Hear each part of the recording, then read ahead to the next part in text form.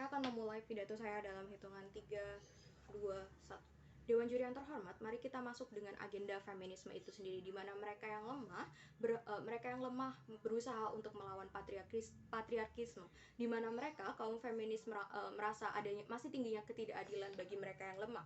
Dalam konteks ini adalah kaum perempuan yang masih banyak sekali belum mendapatkan hak-hak dan kesetaraan yang ada di ranah publik. Mari kita lihat bagaimana mosi ini muncul. Mosi ini muncul karena seringkali perempuan terlibat baku hantam seperti belajar bela diri, belajar boxing, tinju, karate untuk membela dirinya saat terjadi penyerangan, di mana masih banyak kaum perempuan jalan sendirian, lantas mereka mendapatkan catcalling, bahkan perempuan yang berjalan tengah malam mereka mendapatkan katakanlah pemerkosaan, di mana angka pemerkosaan di dunia pun masih tinggi dan kekerasan seksual lainnya masih tinggi. Maka Mosi ini merasa bahwa diperlukannya keterlibatan perempuan dalam olahraga baku hantam untuk bela diri itu sendiri. Mari kita tujuan dari patriarki itu sendiri adalah tujuan dari Mosi ini adalah menghapus patriarki, tujuan dari feminisme adalah menghapus patriarki, dan mereka yang lemah dalam tanda kutip perempuan merasa lebih aman. Kami percaya bahwa uh, mengapa kami menyesalkan keterlibatan perempuan dalam olahraga baku hantam. Yang pertama, mari kita lihat bagaimana olahraga baku hantam seperti tinju, karate, boxing adalah kontra narasi dari agenda feminisme itu sendiri.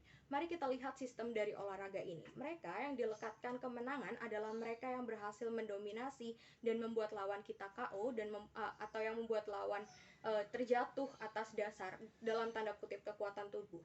Dan bagaimana ini mendekonstruksi konsep kekuatan yang dimiliki perempuan menjadi sangat penting. Permasalahannya ada dua skenario di sini. Di mana skenario pertama, jika kekuatan itu memang penting untuk melindungi diri, kami merasa belajar baku hantam adalah hal yang tidak tepat. Karena apa? Memberikan keamanan adalah tugas dari negara, di mana negara dan masyarakatnya mempunyai kontrak sosial. Permasalahan di sini adalah seringkali negara tidak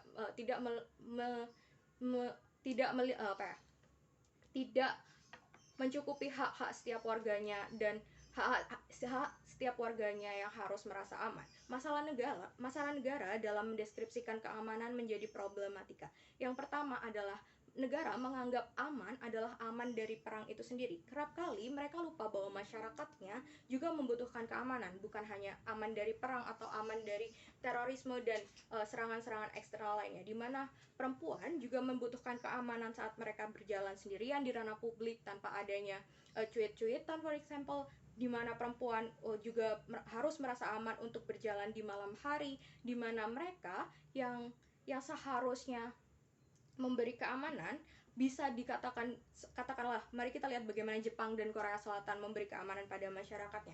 Sangat berbeda dengan Indonesia.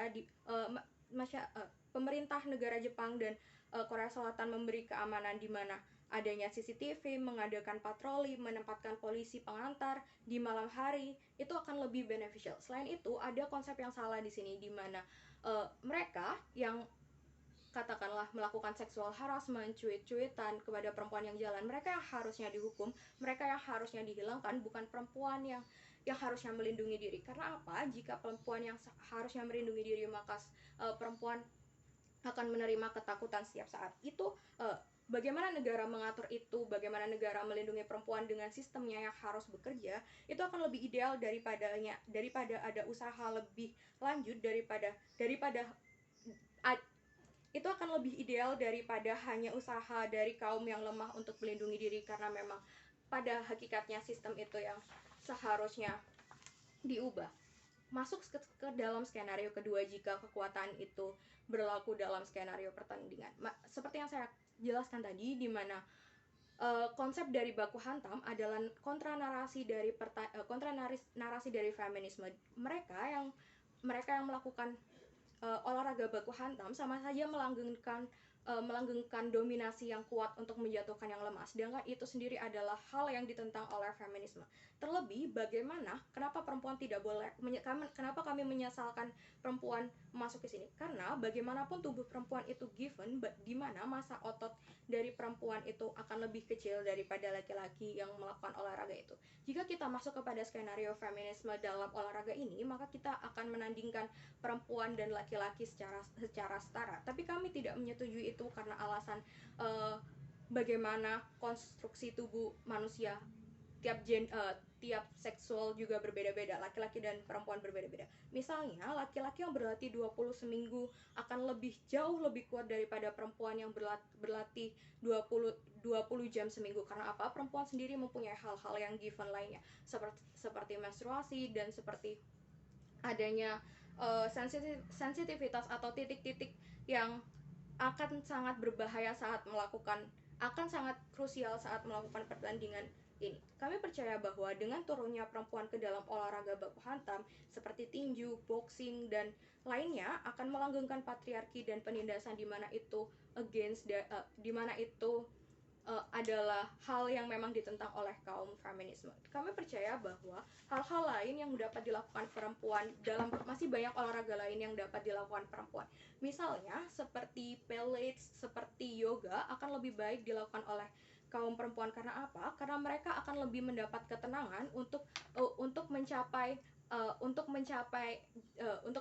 jiwa mereka akan lebih dapat mencapai ketenangan daripada mereka saat melakukan olahraga baku hantam yang justru yang akan merusak atau dapat menyerang organ-organ vital perempuan yang lebih riskan saat terluka, di mana itu organ vital itu juga berfungsi lebih inti, misalnya payudara, misalnya rahim dan sebagainya. Kami percaya bahwa dengan bangga kami mendukung Mas ini. Terima kasih.